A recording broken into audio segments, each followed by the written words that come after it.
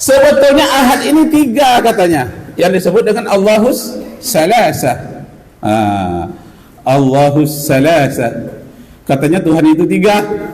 Apa dia? Allah Bapa, Putra, Roh Kudus. Ternyata tidak murni, tertolaklah sudah. Tertolaklah pula ajaran Nasrani. Datang lagi apa? Yang penyembah berhala. Katanya liyuqarribuna ilallahi zulfa. Sebetulnya kami sembah Allah. Berhala-berhala itu hanya perantara untuk mendekatkan kami kepada Allah. Tertolak juga. Allah itu tak perlu perwakilan dengan berupa patung itu. Jadi murnilah ahad itu. Inilah yang ikhlas itu, Allahu Ahad. Nah, sekarang bagaimana kita beragama dengan ikhlas? Sudah masuk pula pergajian perbandingan agama. Berapa materi ini? Materi ketuhanan tadi itu. Masuk pula materi perbandingan agama ya. Karena ikhlas dalam beramal, dalam beragama. Ada 5 agama paling kurang ya. Agama Hindu,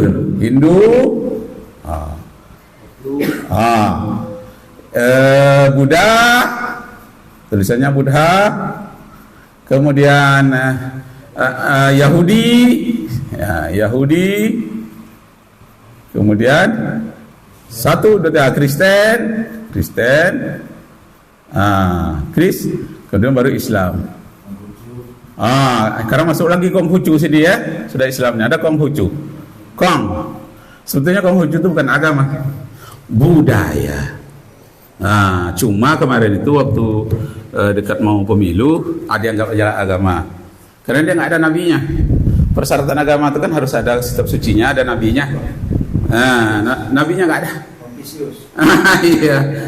Itu Konfusius itu bukan nabi dia. Konfusius itu adalah ahli hikmah, macam kita pujangga kayak Hamka lah gitu. Dianggap bisa. Ya, oke.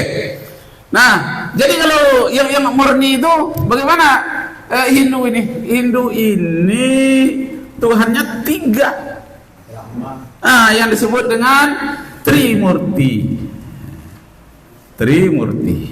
Kesatuan 3 dewa. Nggak murni dia, nggak ikhlas dia. Nggak ikhlas agama Hindu. Kenapa? 3 dia. Tidak bisa. Kemudian Buddha. Di sini dia tidak Trimurti. Tripitaka itu kitabnya. Kalau ketuhanannya namanya Sang Adi Buddha.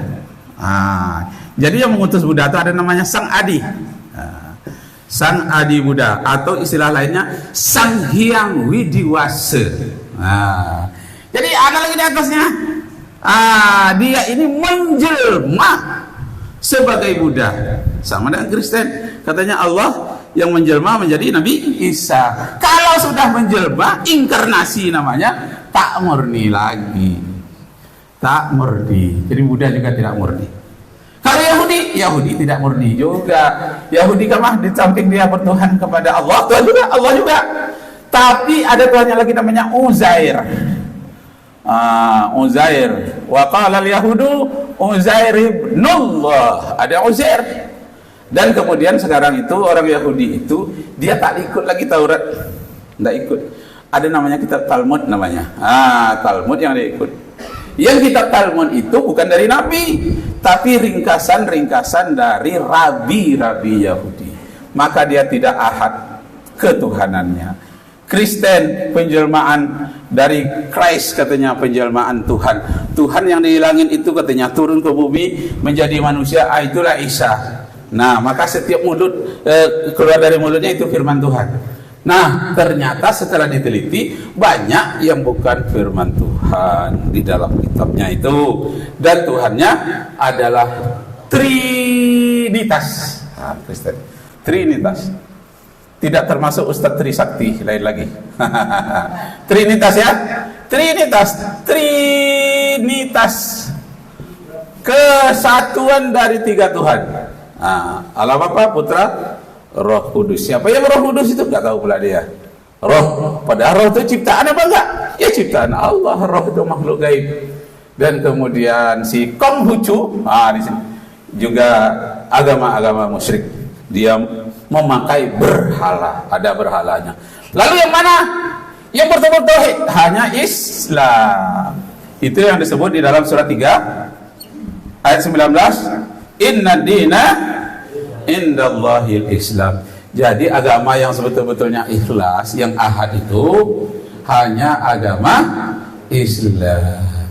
Wa may yabtaghi ghairal islami dinan fala yuqbala minhu wa huwa fil akhirati minal khasirin. Siapa saja yang mencari agama selain dari agama Islam tidak diterima. Surat 3 185.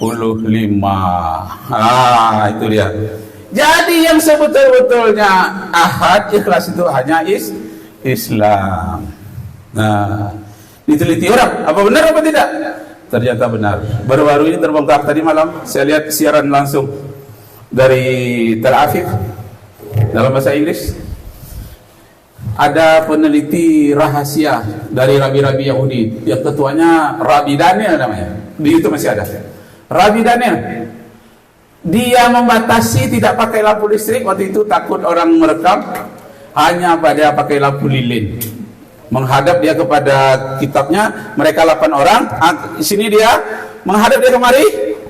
Ditelitinya, di manakah tanah perjanjian oleh Tuhan kepada bangsa Yahudi?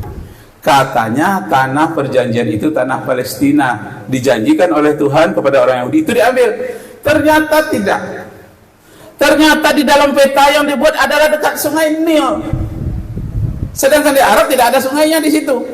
Dekat sungai Nil tanah perjanjian itu, karena dia menyeberang dari Laut Merah, yang arah ke sungai Nil itu, di situ tanah perjanjian. Menyeberang dia arah ke sungai Nil itu tanah di perjanjian, bukan tanah Palestina sekarang. Tapi sudah terlanjur.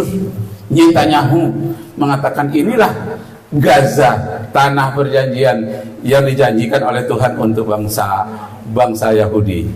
Maka sekarang itu terkejut besar. Kata orang Malaysia, terkejut bro. Terkejut baru kata orang Palembang ya. Sangat terperanjat. Kenapa?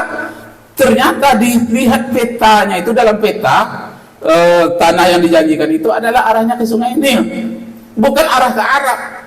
Tapi dah terlanjur orang Yahudi seluruh dunia mengatakan itulah tanah perjanjian. Sedangkan tanah Palestina itu sebetulnya tanah suci para nabi, tidak diperjanjikan lagi untuk umatnya, karena itu sudah dihuni orang begitu banyak. Peradaban tertua yang arah ke sungai Nil, bagian yang kosong, disitulah tanah yang diperjanjikan oleh Tuhan. Tapi justru dia berangkat dari Afrika. Mesir itu sudah Afrika ya, menyeberang itu ke Arab yang disebut dengan Laut Merah. Nah, kesimpulan kita tidak boleh panjang-panjang ya. Kesimpulan,